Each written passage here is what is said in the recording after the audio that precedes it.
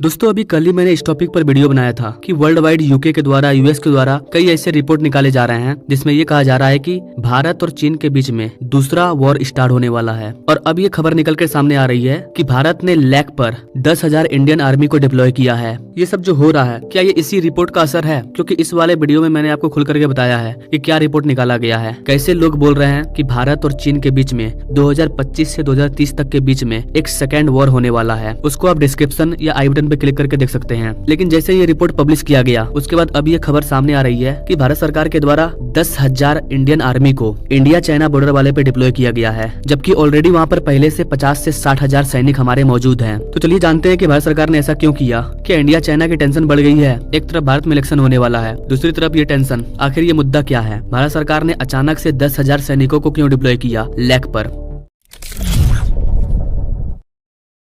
Guys आज से 4 साल पहले भारत और चाइना के बीच में गलवान वैली को लेकर के एक इशू हुआ था, लेकिन उसका असर अभी भी देखने को मिल रहा है। चाइना लगातार एग्रेसिव एक्टिविटी कर रहा है भारत के बॉर्डर पर और ऐसी कंडीशन में भारत अलर्ट हो गया है और हमने फिर से वहां पर 10,000 सैनिक को डिप्लॉय किया है। Line of actual country LAC पर ऑलरेडी 50 से 60,000 सैनिक मौजूद है। इसके बाद 10,000 और मिलिट्री को क्यों भेजा गया? ना आप ये मैप देखिए, ये है गलवान वैली और जून 2020 से ही यहाँ पर टेंशन होना स्टार्ट हो गया था। ये इशू स्टार्ट हुआ था दोनों देशों के आर्मी के बीच में भिड़ंत होने से। चाइना के मन में क्या है ये कोई नहीं जानता। भारत को तैयार रहना होगा क्योंकि चाइना बॉर्डर पे जिस तरह की हरकत कर रहा है उसका मंसूबा ठीक नहीं लग रहा है। वो कुछ बड़ा करना चाहता है और इस चीज को लेकर के दुनिया के कई एक्सपर्ट्स इस चीज पर प्रिडिक्शन कर चुके हैं। चाइना बार बार बॉर्डर एग्रीमेंट को तोड़ने का प्रयास कर रहा है। अभी पिछले साल ही 2023 में चाइना के द्वारा एक मैप जारी किया गया था जिसके द्वारा चाइना ने अरुणाचल प्रदेश, अक्साई चीन और भी कई हिस्सों को अपना बताया था। इसके अलावा कुछ दिन पहले 100 से ज्यादा चाइनीज सैनिक भारत के अंदर उत्तराखंड में घुस आए थे। तो गलवान वैली के बाद कई सारे इंसिडेंट हुए हैं जहाँ पर चाइना गलत हरकत करते हुए पाया गया है। कोई भी देश जब पावरफुल बन जाता है तो वो अपना विस्तार करना चाहता है, लेकिन मेरे को ये समझ में नहीं आता है कि इससे होगा क्या। आप अपना ग्रो करो,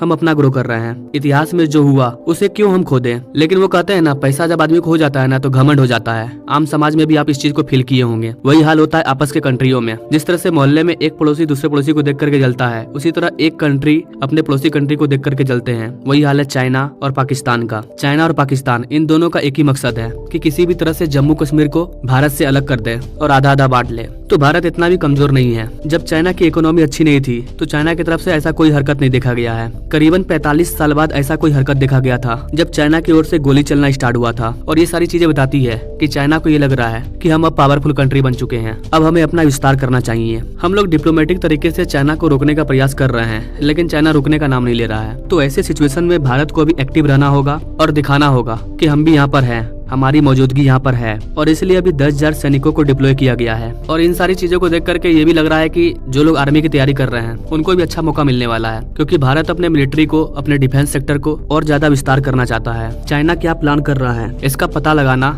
बहुत ही ज्यादा मुश्किल है, क्योंकि चाइना में सोशल मीडिया है ही नहीं। चाइना की मीडिया वही बोलेगी जो सरकार बुलवाना चाहती है, लेकिन भारत में ऐसा नहीं है। भारत में हर चीज लाइव हो जाता है और हमारी जो भी खबर होती है, जो भी प्लान होती है, पूरी दुनिया जान जाती है। लेकिन चाइना में तानाशाही है और चाइना पर ट्रस्ट नहीं किया जा सकता है, क्योंकि चाइना अपने बात पर कभी भी खड़ा नहीं उतरा है। आने वाले 5 साल 10 साल में भारत के डिप्लोमेटिक में अच्छे सरकार का होना बहुत ही जरूरी है, क्योंकि एक तरफ चाइना मालदीव को तैयार कर रहा है हमारे खिलाफ, पाकिस्तान तो तैयार ही है और एक और तो चाइना है ही। और इस तरह से चाइना भारत को चारों तरफ से घेरने की कोशिश कर रहा है। इन्हीं सब चीजों को देखते हुए भारत सरकार अभी लाइन ऑफ एक्चुअल कंट्री पर अपने ट्रूप को बूस्ट कर रही है। दूसरी तरफ हम लोग जापान, यूएस, ऑस्ट्रेलिया इन देशों के साथ अपनी दोस्ती को बढ़ाते जा रहे हैं, क्योंकि ये देश चाइना को भी अपना दुश्मन मानते हैं। तो चाइना के दुश्मन से अगर हम दोस्ती करेंगे तो इसका फायदा हमें होगा। जिस तरह से चाइना पिछले 20 सालों में अपने बॉर्डर वाले रीजन में इंफ्रास्ट्रक्चर को बिल्ड कर रहा है, उसी तरह भारत सरकार भी अब अपने बॉर्डर वाले रीजन में इंफ्रास्ट्रक्चर को तेजी से विकसित कर रही है, चाहे वो रोड हो, कनेक्टिविटी हो, हर चीज को। नहीं तो पहले की सरकार ये कहकर टाल देती थी कि ये पहाड़ी इलाका है, इस इलाके में बहुत ज्यादा ठंड होती है, ऐसे में कोई भी सैनिक उधर से इधर नहीं आ पाएगा। लेकिन ये इनकी भूल थी। वहीं दूसरी ओर चाइना ने अपने बॉर्डर पर बड़े बड़े इंफ्रास्ट्रक्चर को तैयार कर लिया है, चाहे वो हॉस्पिटल हो, डिफेंस इक्विपमेंट रखने वाला खजाना, आदमी के रहने के लिए व्यवस्था, हर चीज का व्यवस्था कर लिया है, रोड कनेक्टिविटी, ताकि वॉर हो तो कहीं पर जाना नहीं पड़े। और हमारे साइड तो पहाड़ ही पहाड़ है, भारत को बॉर्डर के आसपास ऐसे इंफ्रास्ट्रक्चर को तैयार करने में थोड़ा टाइम लगेगा, क्योंकि हमने अभी स्टार्ट किया है 2018-19 से। तो कैसे आने वाला 5-6 साल ये हमारे लिए काफी इंपॉर्टेंट रहने वाला है। जहाँ एक और हम तेजी से ग्रो कर रहे हैं, वही हमें एक बड़ी युद्ध का सामना करना पड़ सकता है, क्योंकि जब से जम्मू कश्मीर पे हमने अपना झंडा फहराया है, तब से चाइना और पाकिस्तान हाथ धो करके पीछे पड़े हैं और बड़े बड़े प्लानिंग कर रहे हैं। लेकिन मैं इतना पूरे विश्वास से कह सकता हूँ कि अगर जम्मू कश्मीर यानी अपने भारत के जो लोग हैं वो अगर उनकी साथ ना दे, तो फिर कोई भी हो, चाहे चाइना, चाहे पाकिस्तान, चाहे अफगानिस्तान, भारत हर किसी से लड़ जाएगा। लेकिन जब अपने ही आदमी उसमें जाकर के मिल जाते हैं, जैसे कि पाकिस्तान से जम्मू कश्मीर में बहुत सारे पत्थरबाजी करने वाले लोग थे जो पाकिस्तान के साथ मिले होते हैं और पाकिस्तान जिंदाबाद का नारा लगाते हैं, वही सिचुएशन अभी लद्दाख में क्रिएट हो रहा है। तो जब अपने ही घर के लोग दुश्मन से हाथ मिला करके बैठेंगे, तो उस देश को डूबने से कोई नहीं रोक पाएगा। तो यहाँ पर हमें उन लोगों को जागरूक करने की जरूरत है जो बॉर्डर वाले इलाके में रहते हैं, चाहे वो बांग्लादेश का बॉर्डर हो, अरुणाचल प्रदेश का बॉर्डर हो, चाइना वाला पूरा बॉर्डर हो, या फिर पाकिस्तान वाला पूरा बॉर्डर हो। इन बॉर्डर पर जो लोग रहते हैं उनके माइंडसेट को सही करना होगा, क्योंकि आपके घर में खजाना कहाँ छुपा है, आपके अपने लोगों की कमजोरी क्या है,